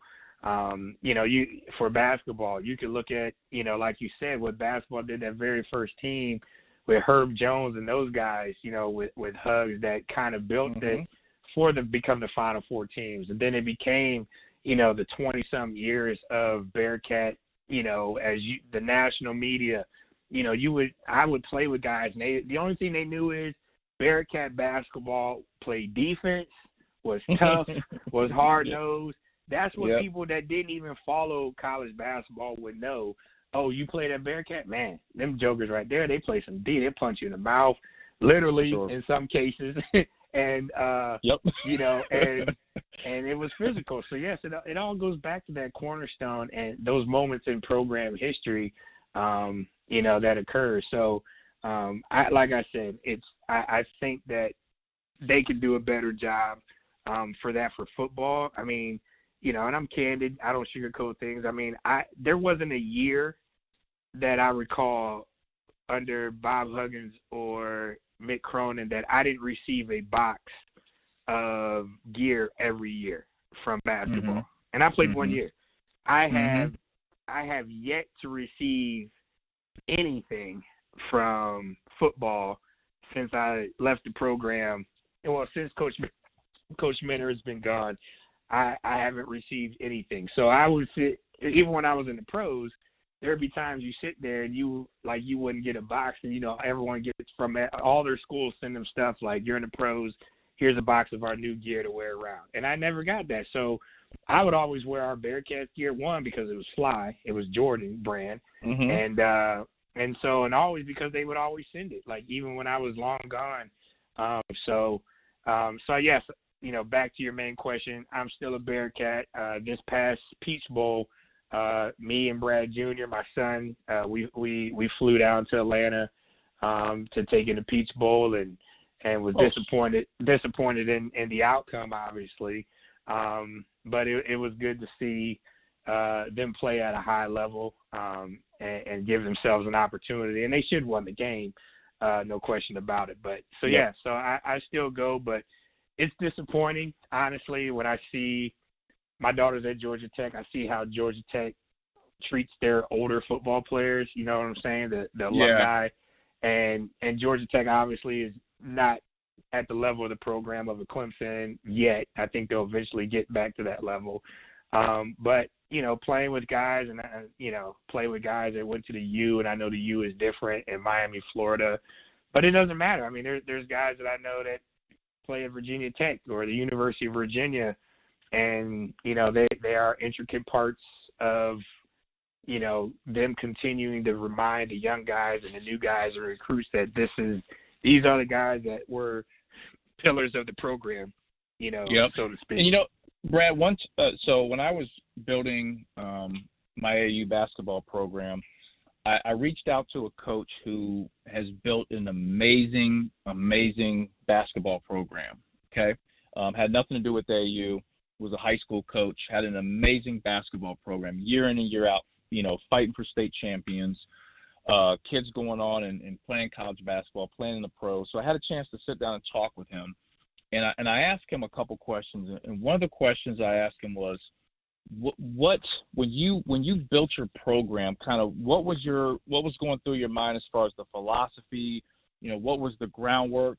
And he said, alumni.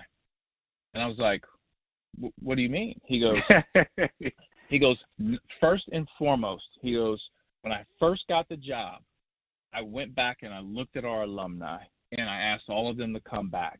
And he goes, and then every year that I was the coach, I would make sure we tapped into our alumni of how are we doing? Anything you see, come back and work basketball camps. And he goes, we are as important as our alumni. And if we focus in on that, he says, I keep in contact with kids that have graduated that are doctors, you know, professional players, you know, fathers, husbands, and all that stuff. And he goes, that's the important thing.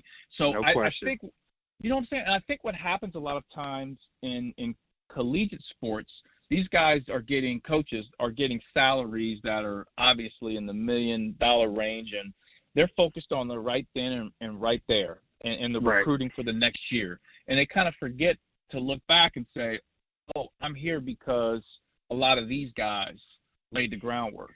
Yeah, and the tough part of that is when you look at a place like Cincinnati, Cincinnati, unfortunately, for football has been a stepping stone.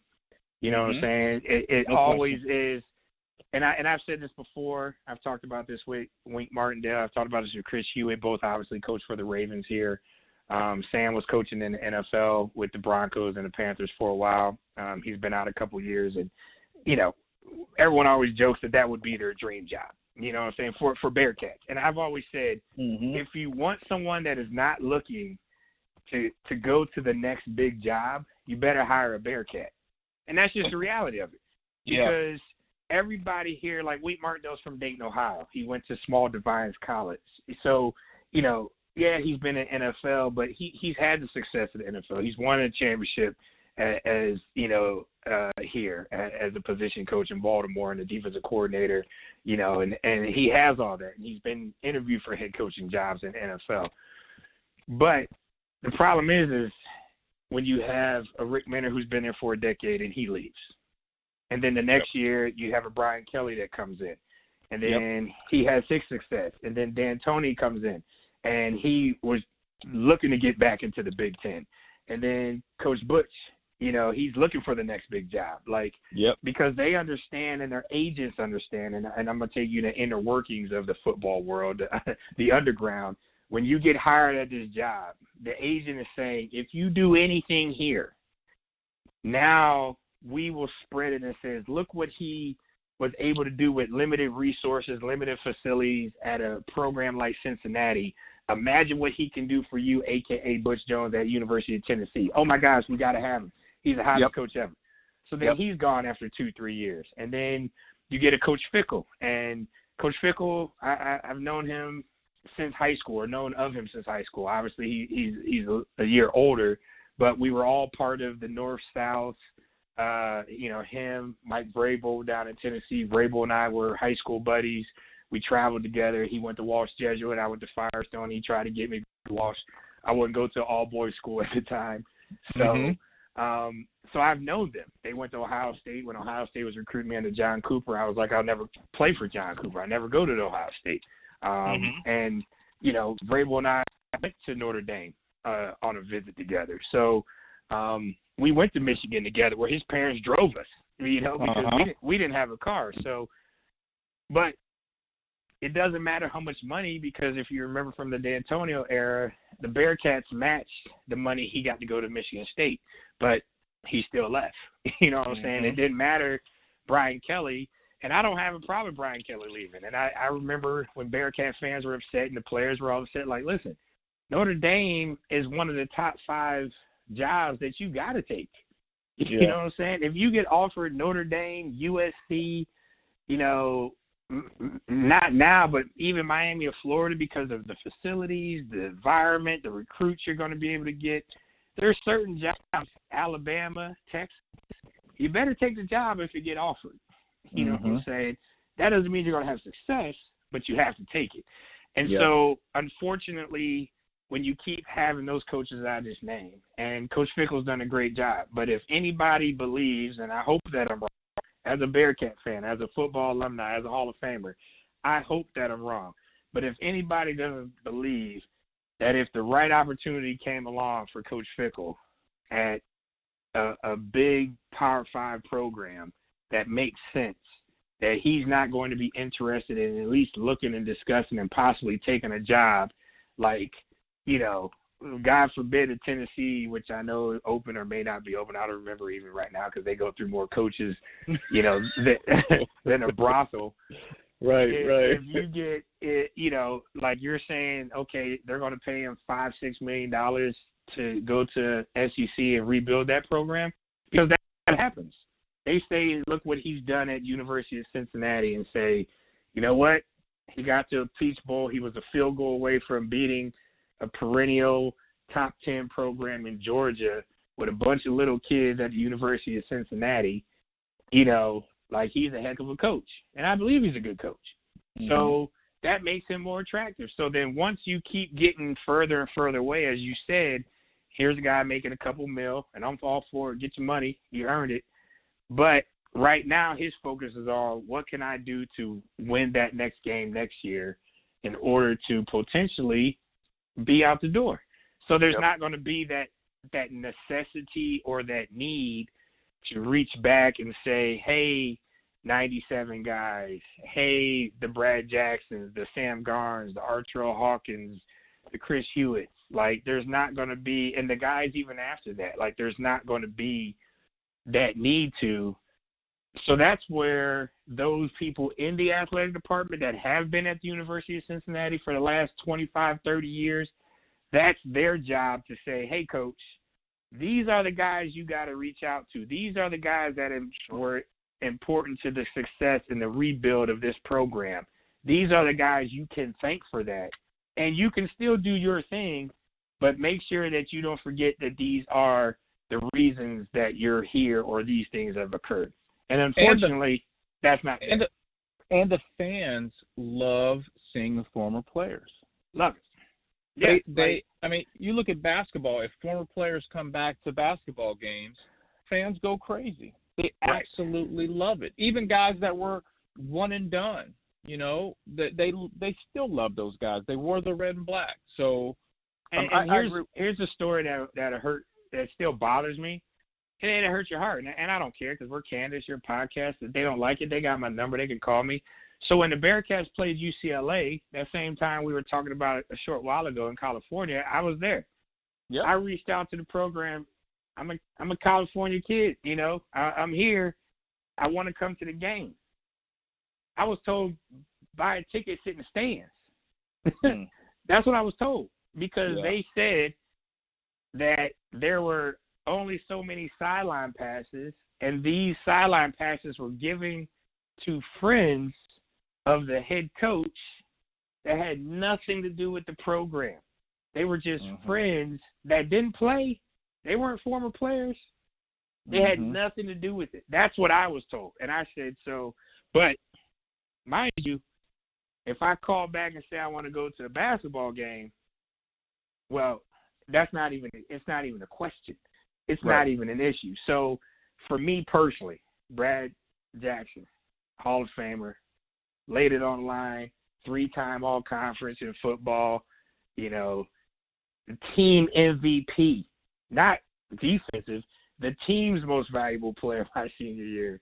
And I can't even get tickets to go to a regular season game, you know, like – And I'll pay for them. It's not that I want them free. I'll pay for them, but I want to be because I'll be on the sideline. As you said, Coach Hugs, Coach Mick, they had us courtside at the Garden.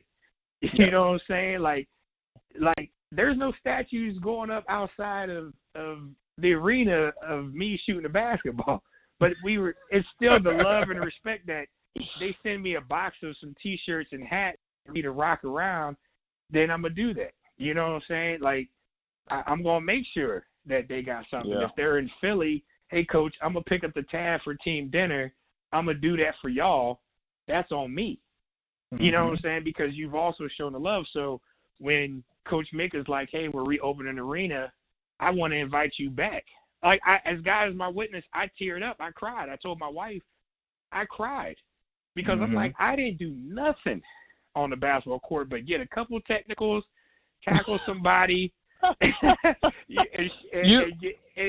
did. That's it. That's my basketball legacy. Yeah. A technical versus Xavier, which I'm proud of, in a cross time shootout. Got a technical in that one. Told somebody slapped the you know what out of him. You were there. You remember. And tackle somebody. And that's it. And then win the big game in the Rock and Roll Shootout in Cleveland, Ohio. During the middle of me. That's my basketball legacy. But to be called and said, I want you to come back. You're a part of this program. All 1 point that you averaged and 1 rebound that you averaged in 10 minutes of playing. That is what, as you said, builds a program. I mean, I talk to our basketball teammates like you, like Ken, you know, Rue. I talk to those guys, and I got 1 year with you guys. Not even a full year. It wasn't a full year because I had to leave to go prepare for the draft. Yeah, 11 games with us. 11 games. That's it. And then I prepared because the agents and everyone else were like, he's not serious NFL. And I like, you got to go do this. You got to go work out and stay healthy and not tear your knee up. But that's the same case, you know, a couple floors down in the football office, unfortunately. And I've had this conversation with people there because I'm candid. And you know, people are like, well, why don't you come back? And I'm like, you know, like it's because there's no love. It's like you don't exist. And it's not just me, it's other guys. Like I have guys that live in Cincinnati that they're like, they buy tickets to go to a game, and they may have been all conference, couple of linemen, I won't say their names or put them on the spot, and they still live in Cincinnati. And they'll go to a game and they'll sit in the stands. You can't even bring a guy that put it down on that same field and give him a sideline pass. Mm-hmm. Like, stand over here at the end and then, hey guys, this is such and such. Back in this time, he did his thing. He was all conference as a lineman, offensive and defensive. And you know what? Let's give him 3 claps because he's part of our Bearcat neighborhood, our Bearcat. You can't do that. I got a problem with that. For sure. And hopefully those things change, and hopefully they listen to a Hall of Famer. Yeah, well, they haven't so far. I keep hearing from people in the media. I keep hearing from people in the athletic department. I keep hearing from people in the football department that have been around. We've talked about it. We'll work on it. Well, yeah. I can work on getting skinny to go out there and play football again. That don't mean it's gonna happen. Well, real quick, I want to do one thing I like to do with every guest that comes on the podcast. I like to do quick questions and quick answers. Okay, Let's you do ready it. for this? Let's do it. All right, quick questions, quick answers with Brad Jackson. Number 1, you are playing in the biggest game of your life, Super Bowl, whatever. What pump-up song are you listening to? Ooh, I got a really big team, and we like really big rings. I need a ring. A little drizzy, huh? Gotcha. Yeah, I need some rings. I love rings. Gotcha. Little Drake. Okay. What is one skill that you have that would surprise Bearcat fans? I can cook. What's your dish? What's your best? What's whatever your go-to? you want, baby. I can get on that smoker. I can get on that grill. I got it all. I can go Chilean sea bass. I can take it down south and get some soul food. I can do breakfast. Oh wow! Yeah, I can do it all. I can do it all. Actually, my daughter Ariella was texting me last night for a recipe. She's going to cook tomorrow. So, and then when I get down to Atlanta when the season starts, she was like, "Can you cook at my house?" So I'm like, "I usually come to Atlanta to eat out and watch you play ball, girl. I don't come down there to cook." But she's like, "Dad, can you cook?" And so when she was home, when all the kids were home during the holiday season with COVID, I was cooking 5-6 days a week. Where I was happy that they all went back to school. I was happy Junior went back to Palo Alto. I was happy she went back to Atlanta because I was tired. I was like, whew.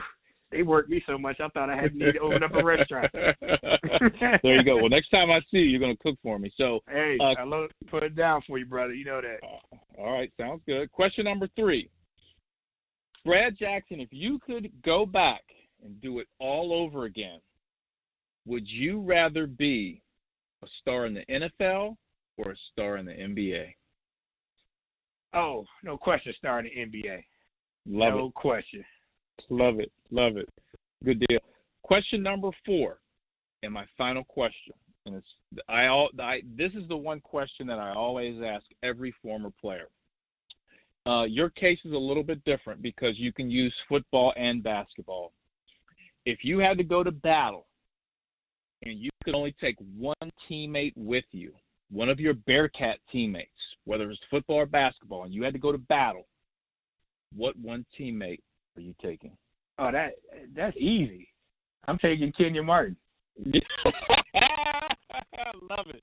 I'm taking Kid. I know who I got. I know who I got in the foxhole, and I can put some shoulder pads on him and make him a long defensive end like Julius Peppers, or we put him up at tight end and throw him some easy lobs. But if I had to go in battle, I'm definitely taking Kenya Martin with me, no question about it. No disrespect to my football guys. I love Sam, love Chris, Joe Curry, the greatest Bearcat linebacker of all time tackler, my teammate from old Detroit, Michigan. And but I got to take Ken just in case the basketball game jumps off after the battle. I got to be able to win that too.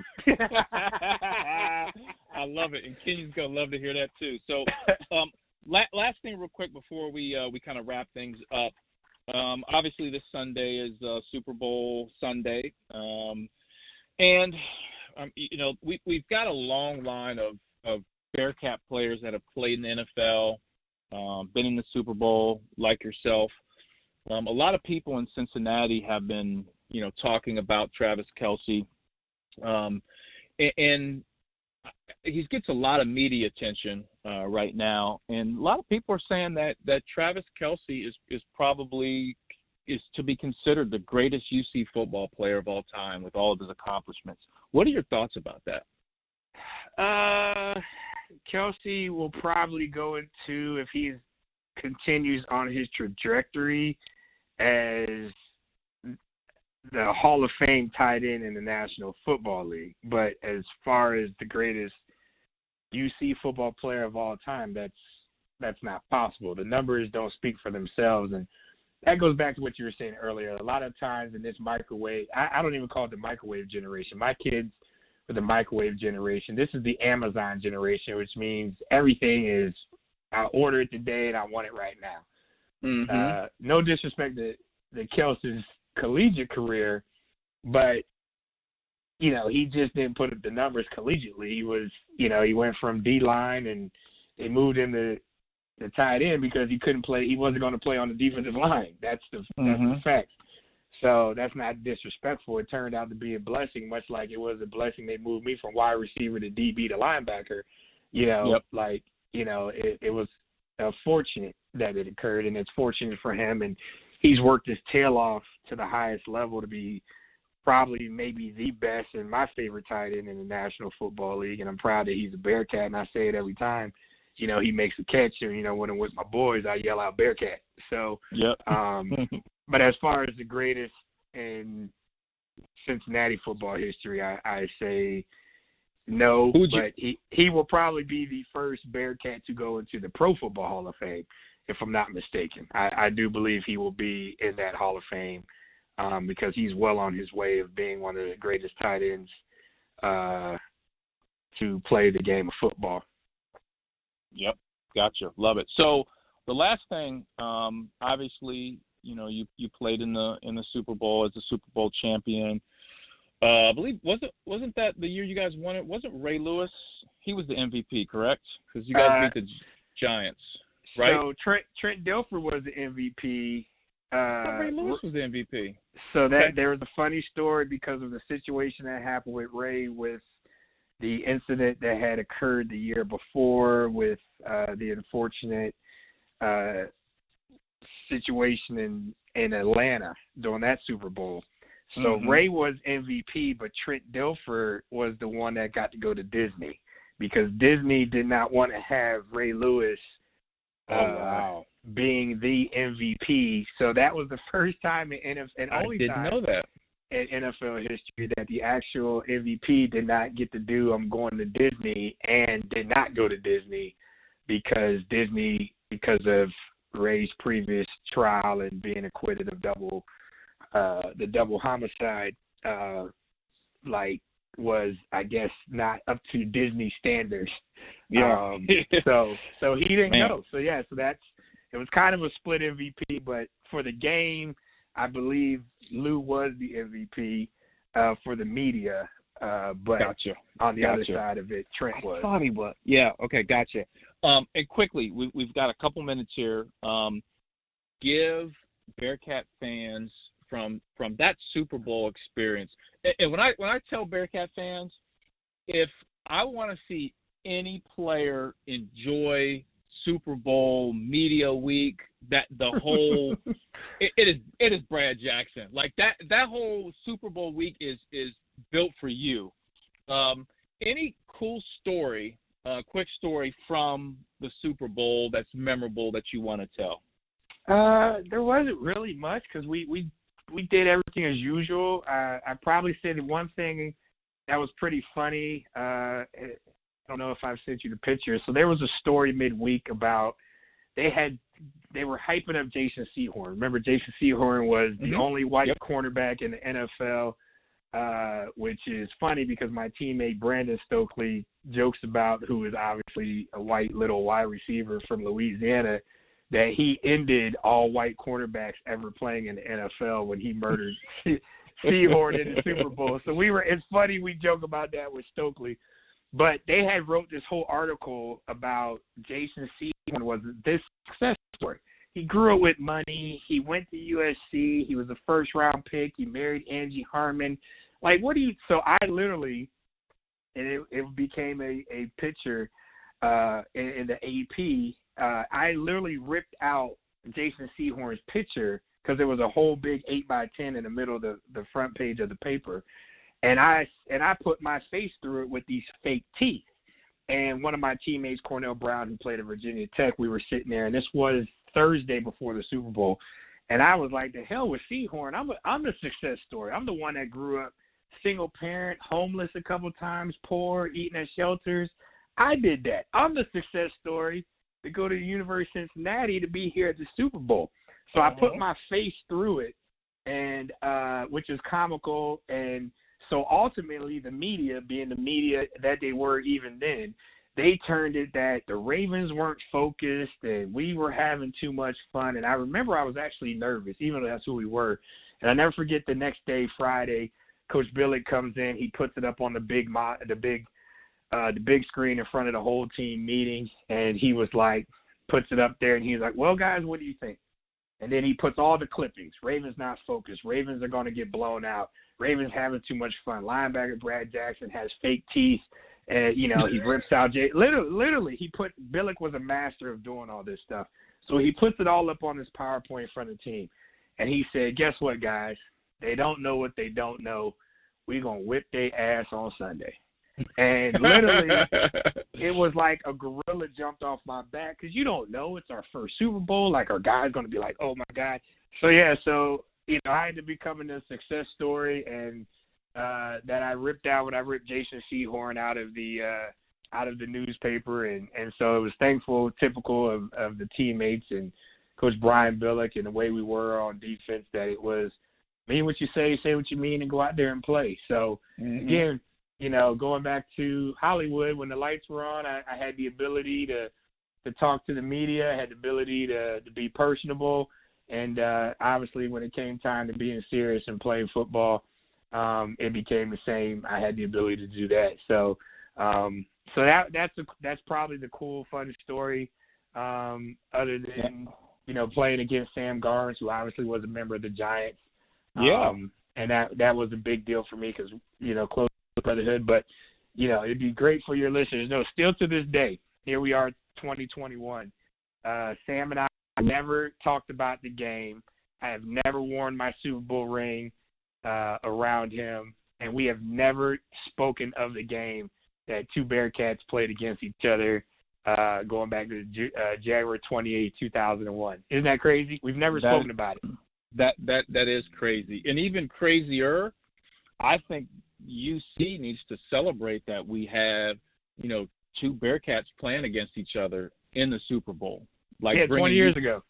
bringing you guys back face to face. Hey, here's, I think that stuff, we got to archive that stuff and get that out, to the Bearcat fans a lot more. So, but this is great, man. You're always a great interview because obviously you're in the world of broadcasting and, you can articulate stories very, very well. Like I said, I had a small script here of 3 things written down, and we managed to make it through everything. So good deal.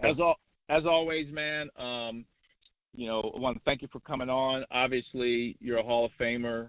In UC athletics, Hall of Famer off the field for all the things that you've done and continue to do, not only business-wise, community-wise, but probably most importantly, your job of being a father. So congratulations, on all that success. Much continued success and love, and hopefully we can meet up again here soon, man. Yeah, absolutely. Going on. Hey, man, thanks for having me. It's an honor for you to have me. Thank you for thinking of me to have me on. It's great to reminisce and catch up, and And obviously, For you know how sure. much I love you. You know how much I love your father. Appreciate that, man. So I think I was the Meacham boys. You know, I was always, like I always tell you, I was the most handsome of all of us. Fake news. Fake news. Alternative facts. Alternative facts. All right, Brett, thank you. God bless. Everybody stay safe, and go Bearcats as always.